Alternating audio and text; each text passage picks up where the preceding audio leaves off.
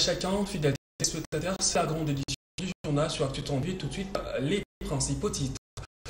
Contentieux électoral à la présidentielle de décembre 2020 pour constitutionnel a entamé ce vendredi l'examen des requêtes en validation des candidatures. L'arrêt de la Cour constitutionnelle est attendu octobre prochain. L'aide des ménages sur les parts de son développement, notamment au programme des 55 territoires, des réactions des satisfactions de la population à suivre dans un instant. Un invité dans ce journal, il s'agit d'Alex Dende, Luxus Léal, cadre décidé parti des Martin Famalidi, leader de la coalition d'amour. Bonsoir, bienvenue. Bonsoir, cher. On revient à vous dans un du journal. On ouvre ce journal par la Cour constitutionnelle qui a entamé ses entrées dues les audiences sur les conseils électoraux concernant l'élection présidentielle de décembre 2023. La Cour a traité plusieurs requêtes, notamment celle portant l'invalidation des candidatures de Félix Tshisekedi ou encore des Moïse Katumbi qui sont présentés devant le juge de la Cour constitutionnelle, requérant et les avocats de l'actuel président de la République. C'est du président d'ensemble pour la République. Il était 11h ce vendredi 7 octobre quand le premier requérant se sont présentés à la Cour constitutionnelle pour l'examen des requêtes en invalidation des candidats à la présidentielle. D'abord, les candidats présidentiels, auteurs du recours en contestation de la candidature de Félix Tshisekedi. Puis, Noël Tchani et ses conseils, ils exigent l'invalidation de Moïse Katumbi. Durant l'audience, différentes parties des droits, comme les comptes de Setski Kouni. Il s'est fait qu'en 2018, la personne qui a été proclamée président, c'est Félix Tshisekedi Tshilombo. En 2023, la personne qui vient solliciter les renouvellements de son premier mandat devient Félix Antoine Tshilombo. En violation de l'article 56 du Code de la famille, qui est le principe de l'immuabilité du nom. La Constitution limite le mandat du président de la République à 2. Félix risque d'en avoir 3. Le premier, sous l'identité Félix Tshisekedi tout court. Le second, l'identité Antoine Tshisekedi Tshilombo. Le troisième, Félix Antoine Tshisekedi Tshilombo. Si la Cour pouvait nous écouter pour limiter les dégâts, parce que demain, si on proclame recevable cette candidature, il pourra chercher un troisième mandat. C'est un test pour la suite parce que les élections sont un moment important.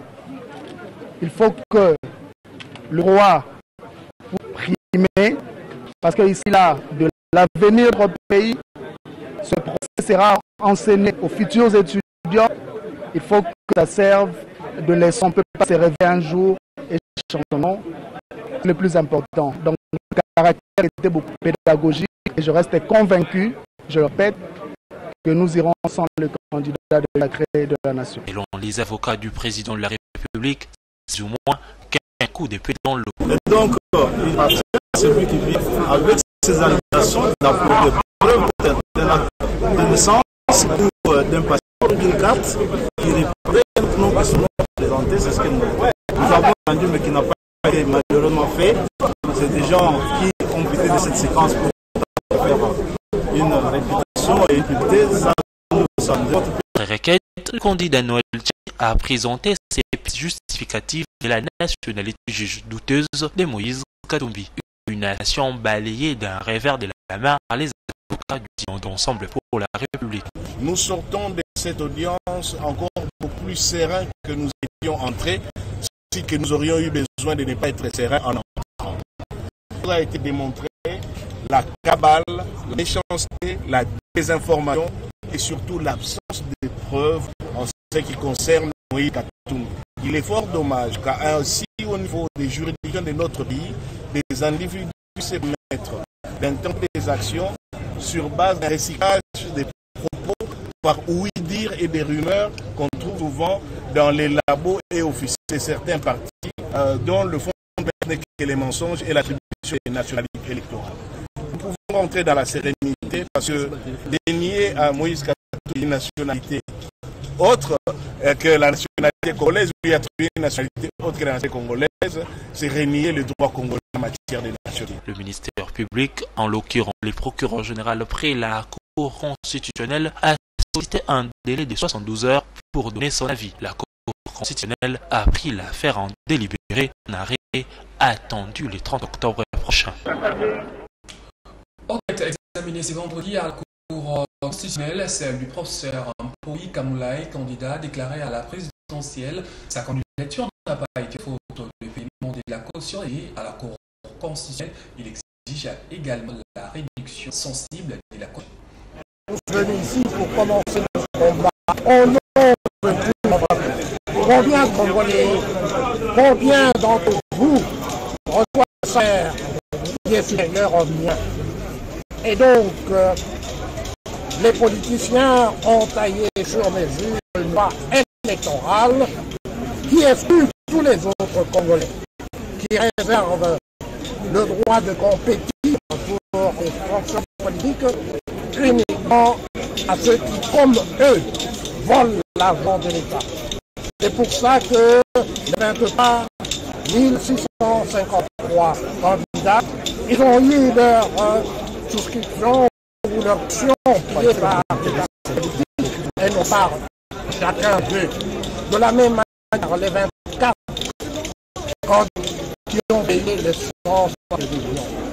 Et c'est pour ça que le professeur Mpoi Kamoulaye devant la Cour constitutionnelle pour dénoncer cette réalité, pour nous faire prendre conscience à nous que revient agir pour que qui violent la Constitution soit promptement aboli. Le Conseil supérieur de l'audiovisuel politique à faire preuve de responsabilité, mais aussi éviter toute campagne précoce et des propos qui risquent d'embraser les pays dans les chaos pendant cette période électorale. C'est en substance le discours du président du CISAC, Christian Tembé, qui s'est exprimé jeudi à l'occasion du lancement de la campagne de vulgarisation des directives à respecter et les candidats durant cette période électorale. Professionnels de médias, membres de la société civile et représentants des partis politiques et regroupements politiques, ils ont tous été réunis par les CESAC. Conseil supérieur de l'audiovisuel et la commission a mis en avant sa décision portant directive relative à la campagne électorale à travers les médias. Ces documents comprennent 72 articles qui garantissent aux candidats des conditions égales pendant la campagne électorale. Christian Boss, président du CESAC, à la responsabilité, le professionnel des médias et représentant des partis politiques. Les élections n'étant pas les élections ne définissent pas forcément la vie. Après les élections, la vie continue. Nous ne pouvons pas accepter que pendant, à cause des élections, un événement vient chaque 5 ans, que la vie soit perturbée. Voilà pour composer à vous. Le CESAC n'entend pas juger au discours à cœur tribal. Chaque parti politique a des médias plus ou moins la liste de vos communicateurs. Là, ça va sécuriser tout le monde. On saura que quand quelqu'un parle au nom de la MOUCA, au nom de l'IDPS, au nom d'ensemble, au moins on réduit de ces caractères. Pour éviter l'usurpation, pour éviter tout ça comme tout ce qui est. Parce que je peux vous rassurer, nous n'allons permettre aucune insulte, aucune attaque personnelle, aucune provocation, et surtout pas des discours de haine, pas des discours de tribaux, ainsi de suite. C'est pourquoi nous aidons tous, en tout cas, à cette prise de conscience en rentrant dans vos bases, tous ces termes consacrés, en rentrant dans vos bases, appelez les militants, dites-leur qu'il est possible de gagner les élections sans insulter. Le Conseil supérieur de l'audiovisuel et de la communication a invité également le journaliste et candidat aux prochaines élections à accélérer la rédaction pour éviter les conflits d'intérêts. Je l'ai annoncé il y a quelques secondes, nous avons un invité dans ce journal. Il s'agit d'Indé, cadre de la coalition Lamouka. Encore une fois de plus, bienvenue sur Actu Télévision. Merci beaucoup. D'entrée, comment se porte la coalition Lamouka, puisque visiblement il y a eu des frustrations, même des départs au sein des votre coalition, de la candidature Martin Fayulu, notre leader, alors qu'il n'avait pas déposé d'autres candidatures. Comment vous c'est là au niveau de la plateforme? Ça se gère très bien. On sort d'une très grande. Il y a à peine quelques heures. Pour nous, cette question a été déjà réglée. On a fait une conférence de presse où Mme votre présidente ici et là, elle a même le droit à poser à peu près cette question avec moi, où nous avons entendu, nous ça va, nous sommes très sereins, confiants. Nous avons un cas à la présidence de la République, on s'est préparé pour cela. Enfin, il n'y a pas de problème en ce qui concerne cela. C'est déjà fini. Est-ce qu'il n'y a pas des inquiétudes au nombre des candidats qui d'autres été à vous au sein de la coalition Mouka, notamment les présidents de la République qui est aussi candidat à sa succession? Est-ce que du côté de Mouka, les présidents Martin Fayulu, des inquiétudes pour la présidentielle? Pas d'inquiétude. Peut-être que vous avez aussi oublié de mentionner que M. Tshilombo était aussi avec nous. Il a fait partie des gens qui ont désigné en 2018 M. Martin Fayulu comme candidat comme l'opposition. Il a même dit que le changement s'appelait Martin Fayulu. Nous sommes confiants, enfin c'est la démocratie qui ont des candidatures qui est le plus important aujourd'hui, travailler sur la transparence d'élections. Ça a toujours été notre combat. Vous avez vu ce que nous appelons supergéré, d'ailleurs nous l'avons dénoncé dans un communiqué hier, c'est que la CENI VDR, c'est-à-dire au lieu de plier telle que loi, en tout cas la loi électorale dans son article 6, il y a mentalement, je sais que c'est l'alinéa et 3 qui parle en même temps de la publication et de la consultation des listes provisoires des électeurs. Aujourd'hui, la CENI qui ne sait plus justifier 43 955 181 électeurs et qui nous fait ce qu'elle est en train de nous faire. Nous avons dénoncé cela clairement, que la CENI, en tout cas en ce qui me concerne, la CENI doit scrupuleusement respecter un préposé. D'ailleurs, pour les gens qui sont en train de nous suivre, ils savent très bien qu'il n'y a pas du tout de préposé à la consultation telle que la CENI l'a stipulé dans son communiqué 050/CENI 2000. Aujourd'hui, les antennes ont toujours cette provisoire et sur leur site, il n'y a pas plus cette liste. Aujourd'hui, est-ce que quelqu'un peut douter du combat que l'on a mis, de la pression que l'on a mis en ce qui concerne le fichier électoral? Comment vous voulez aller aux élections dans ces conditions où personne n'essaie? Nous ne savons pas, en ce qui concerne, les duplicata. Vous avez fait tous les coups. Aujourd'hui, vous êtes vraiment sûr que dans l'ensemble du pays, on est en train de donner ces duplicata ou on est en train de faire encore un autre fichier électoral avec des nouvelles cartes?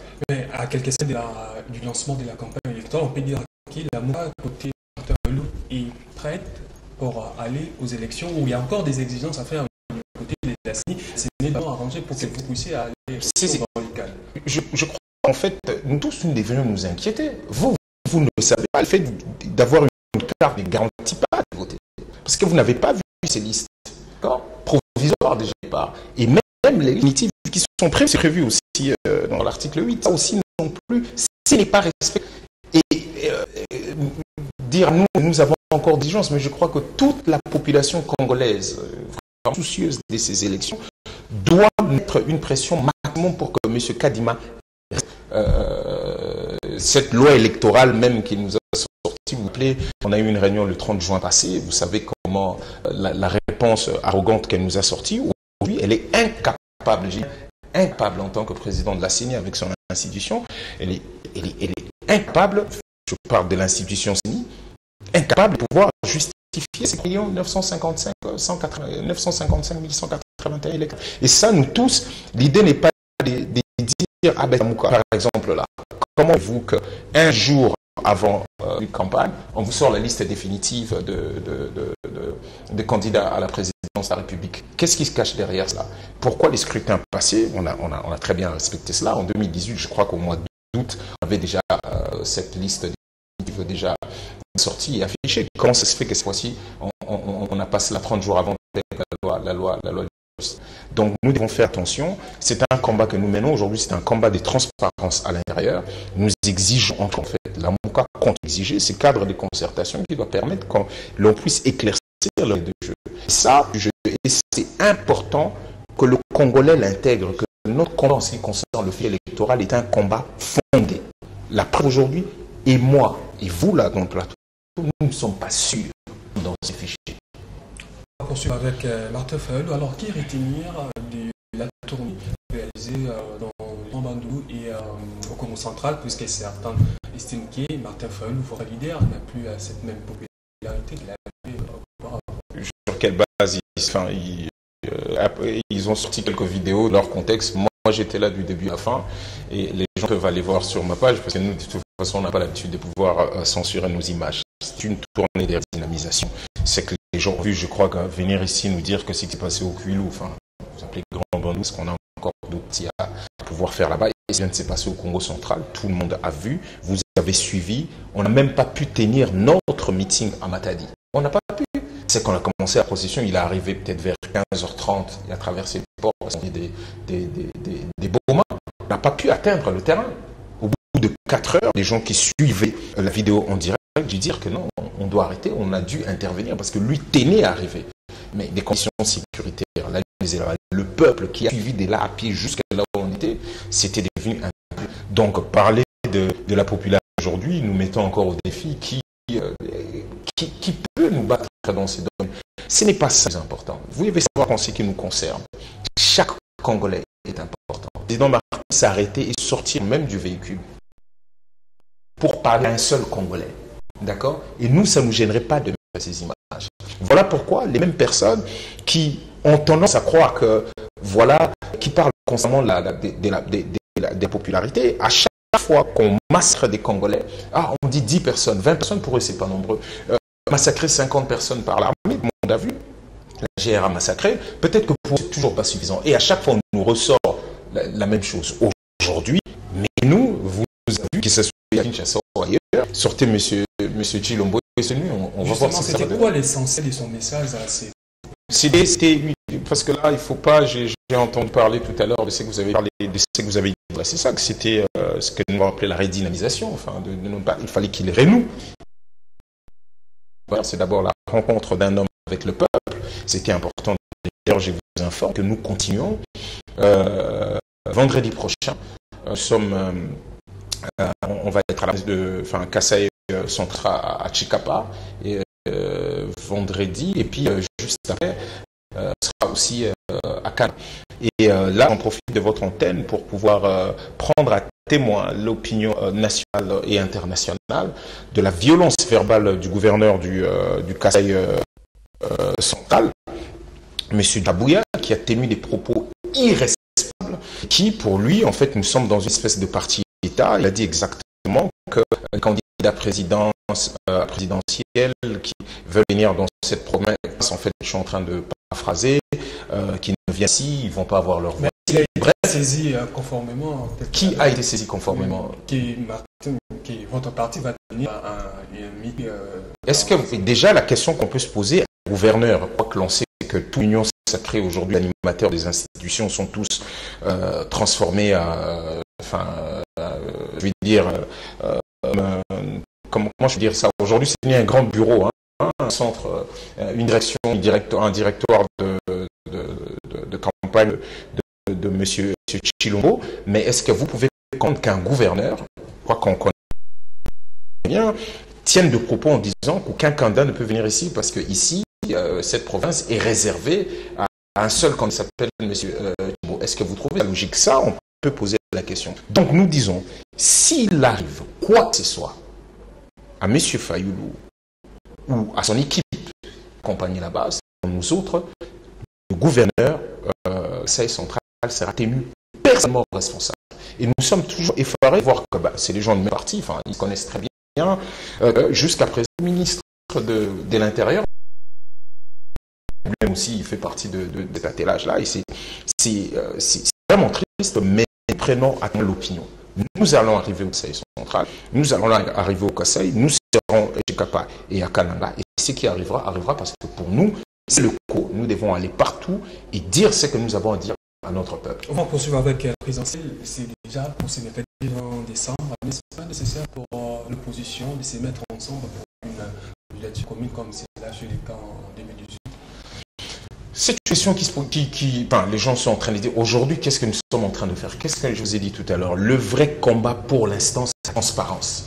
Quelle est l'utilité de se dire, ouais, je peux comprendre ça, c'est mettre peut-être le charrue avant le bœuf.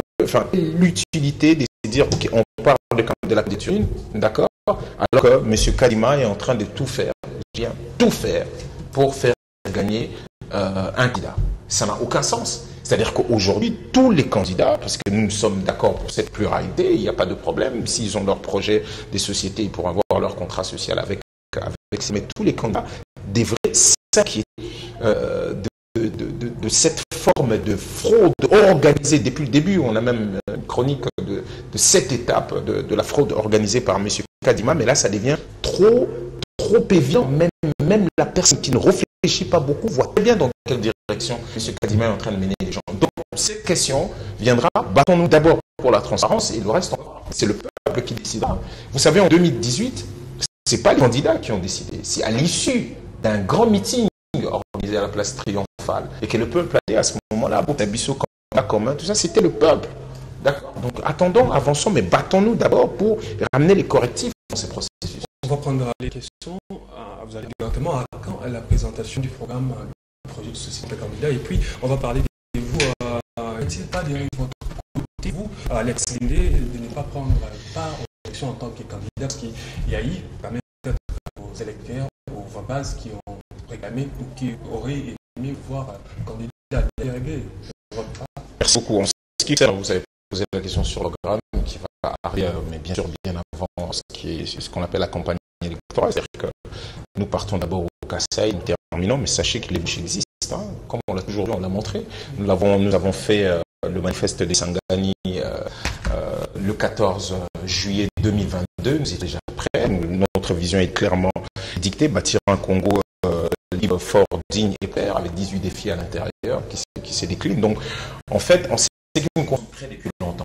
Maintenant, ça c'est ce qu'on appelle, ces documents constituent la base, le fondement de notre programme. Nous l'avons suffisamment véhiculé, le manifeste de Kisangani, et bientôt, dans quelques semaines, nous allons présenter au grand public, à notre peuple, notre programme qu'on appelle Conscial, qui va arriver très vite. Pour Alex Lindé, de ne pas aux élections. Je ne peux plus venir ici parler de regrets. De toute façon, je suis en train de me battre pour la transparence. Les plus importants pour moi, le peuple et le choix. Nous étions préparés, mais très très bien préparés, parce que sachez que depuis 2019, nous sommes le seul à être restés coins dans ces combats. La vérité est dure. Faire en sorte que les électeurs qui iront voter, ceux qui sont votés, puissent être non seulement proclamés, mais puissent exercer ce combat. Nous l'avons mené avec jusqu'aujourd'hui. Nous sommes restés. Bon, écoute, maintenant, je suis d'accord avec la décision que l'on a prise. Mes électeurs, tous ceux qui m'ont fait confiance en 2018 et qui voulaient renouveler cette fois-ci, nous avons l'occasion de pouvoir le faire. Le plus important pour nous, c'est de nous battre pour qu'il y ait transparence. Qui vont être élus dans ça aussi seront des députés. Notre temps viendra. En ce qui concerne battre pour la transparence, M. Martin Fayou sera élu président de la République, et pour le reste, on va devoir gérer.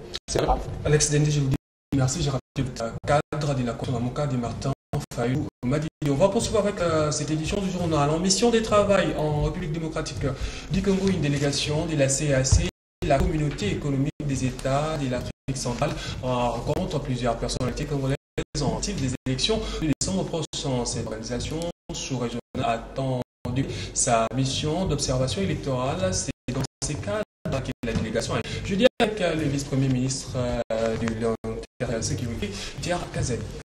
La CAC étant une organisation régionale à laquelle appartient la République démocratique du Congo, nous sommes venus ici au nom de cette organisation pour recueillir des informations, pour préparer de manière très satisfaisante le déploiement des observateurs de la CAC en démocratie. La CAC n'est pas étrangère sur ce plan, parce que plusieurs fois, chaque fois qu'il y a des élections en RDC, la CAC est toujours fait. Nous sommes déjà venus ici au mars. Nous avons fait une mission préélectorale au mois de mars pour préparer le terrain à cette observation et cet appui que nous entendons apporter au gouvernement de la République démocratique du Congo. Il nous a rappelé que tout le dispositif est fait pour la tenue des... Les préparations sont déjà très au point. Et un résultat satisfaisant est enregistré. 80% de la préparation est déjà. Une délégation posée des députés nationaux de la province de Olomami, les Congo central, Chouapa et Maïndomé a rencontré jeudi à Kinshasa le vice-premier ministre, ministre de l'Intérieur, Pierre Kazadi, ces élus ont sollicité du patron de la territoriale son implication pour l'éradication de l'insécurité dans leur province. Éradiquer définitivement l'insécurité qui sévit dans leurs provinces respectives voilà l'une des raisons qui a conduit ces groupes des élus nationaux issus de la province du Olomami, Monsantoapa et Maïnoubé, auprès du vice-premier ministre de l'Intérieur et sécuritaire Kazadi. Sans aller parler d'accueillir pendant les échanges, ces élus ont sollicité l'implication du patron de la territoriale dans ces dossiers pour des solutions plus urgentes. Venez voir l'autorité pour discuter premièrement les problèmes de la sécurité. Comme vous le savez, dans toutes ces provinces, il y a beaucoup de problèmes d'insécurité. Et l'insécurité, comme étant un élément très important du ministère de l'Intérieur, on ne pouvait que venir le voir pour qu'on puisse trouver des solutions. Deuxième élément, c'est ce qui concerne la territoriale, parce qu'il y a certaines entités, jusqu'aujourd'hui, on n'a pas encore installé les choses du secteur et on a demandé son implication de réaliser cette exercice. Ces députés nationaux se sont dit satisfaits de la réaction du vice-ministre de l'Intérieur et de la Sécurité à l'issue de la rencontre par rapport à tous les problèmes qui lui ont été présentés. Dans le reste de l'actualité, après les échanges avec les présidents Félix-Antoine Tshisekedi, l'opposant français Jean-Luc Mélenchon, reçu par les deuxièmes vice-présidents de l'Assemblée nationale, l'édition entre les personnes tournées autour des situations sécuritaires à l'est du pays. Pour Mélenchon, les démocrates européens doivent assumer l'air contre l'agression de la RDC par le Rwanda. Avec le deuxième vice-président de l'Assemblée nationale, Jean-Luc Mélenchon a mis un accent sur la proposition des résolutions du Parlement français qui condamne les agressions rwandaises en République démocratique du Congo. Le numéro 1 de la France insoumise était d'ailleurs accompagné des députés sénateurs de cette proposition de résolution. Selon Jean-Luc Mélenchon, il faut éviter la logique de 2 poids 2 mesures entre la situation en Ukraine et celle en RDC. Enfin, j'ai bien compris que le grand souci des élus, le président de la Commission des Affaires étrangères, le vice-président de l'Assemblée nationale, l'autorité qui se sont adressés à moi, m'ont adressé le même qui est une demande pour que les démocraties européennes assument leur discours. C'est-à-dire qu'on ne sent pas de fermentaires et des appréciations malveillantes sur la démocratie des autres, mais restent leurs propres principes. Il ne peut pas y avoir continuellement 2 mesures distinctes. On ne peut pas avoir des principes qui appliquent à l'Ukraine contre la Russie et ne pas avoir les mêmes à propos de la RDC contre son envahisseur rwandais. Et bon, voilà, j'ai pris cet exemple, mais il aurait pu être décliné. Et tous ont paru être très préoccupés par cette question de la sécurité. Et que c'est normal qu'il le soit. Le pays ne le serait pas qui se envahit et perturbé dans le moment le temps pour lui, qui est le moment où il choisit son où il vote. Enfin, nous connaissons tout ça. De son côté, le deuxième vice-président de l'Assemblée nationale s'est déclaré satisfait de l'échange. En visite de travail en RDC, Jean-Luc Mélenchon a également rencontré le président de la République, Félix Tshisekedi. Actualité en province, la ville de Guébéna sur les pas de son développement. Le chef de la du sud du Bangui s'est transformé en un vaste chantier avec la construction et la réalisation de plusieurs infrastructures à constater notre travail spécifique sur place. Ces travaux financés par les gouvernements centraux sont entre autres celui du bétonnage de la route conduisant vers l'aéroport de Guébéna en passant par l'avenue Mobutu. Le programme a démarré au mois d'avril 2023 et jusque-là ça évolue comme vous le voyez. Nous sommes au niveau, on a terminé pratiquement le crépissage à l'intérieur. Il nous reste que les carrelages. Les carrelages avec les portes et les fenêtres, tout a été déjà fabriqué. Donc, d'un moment à l'autre, la semaine prochaine, on estime que l'entrepreneur va devoir déployer le matériel qui reste pour qu'on puisse terminer. Pour le territoire de Guéména, âges. Nous avons 4 écoles, centres de santé, à peu près 7 centres de santé. Oui, ça évolue bien. Certains ouvrages ont un peu de retard. Et je pense que c'est fait un effort d'accélérer le processus. Et je pense que d'ici là, donc, du moins dans 5 mois, tout pourra terminer. Je suis très ravi et satisfait par le fait que c'est la première fois que nous puissions avoir un président qui a un programme de développement à la base, d'abord à la base, et ensuite un programme uniforme, uniformisé au niveau de tout le territoire. Nous sommes contents. Cela implique, comme moi, je suis chargé de le suivi technique, d'évaluation, de production des travaux de PDS 55 au niveau de mon territoire. Donc, la population est d'accord avec le chef de l'État et la population pourra adhérer à la vision du chef de l'État. Donc, par ricochet, nous avons voté le chef de l'État. Dernière nouvelle avant de nous quitter, l'ARSP, l'autorité des relations de la sous-traitance dans le secteur privé, entame les contrôles à la compagnie minière des Moussonoy. Nous sommes là dans la province de Lualaba. Le directeur a effectué une visite dans cette société minière. Suivez. Aucune société principale ne sera exemptée du contrôle de conformité de la loi sur la sous-traitance et ses mesures d'application. En général de l'ARSP, il met toute son énergie et son temps matériel, son ménagement.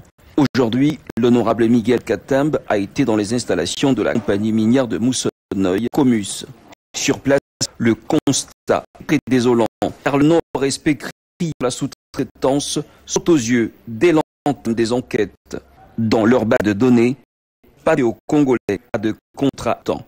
Il était très intéressant que le DG lui-même constate cela, parce que parfois quand on n'a pas personne ne voit, sur terrain, les réalités ont été mises au grand jour et on pouvait se rendre compte que, surtout l'entreprise chinoise, les ne pouvaient pas avoir accès. Même lorsque vous demandez de faire la fourniture, marquez que dans leur compte fournisseur, il y a un sous-traitant qui est enregistré. Pour moi, il faut dire que cette mission de contrôle va pouvoir apporter des fruits dans la mesure où elle permet de dévier. Le directeur général de la RSP, qui n'est juste sur la création de vrais millionnaires, a promis un suivi minutieux sur Société Comus. Nous avons aussi constaté que les circuits ici, il est très rué et nous avons des recommandations de faire appliquer la loi de la sous-traitance, noble combat du chef de l'État, le combat pour l'indépendance économique. Et le chef de l'État, Félix-Antoine Tshisekedi Tshilombo, aujourd'hui est en train d'écrire une nouvelle page de l'histoire économique de notre pays.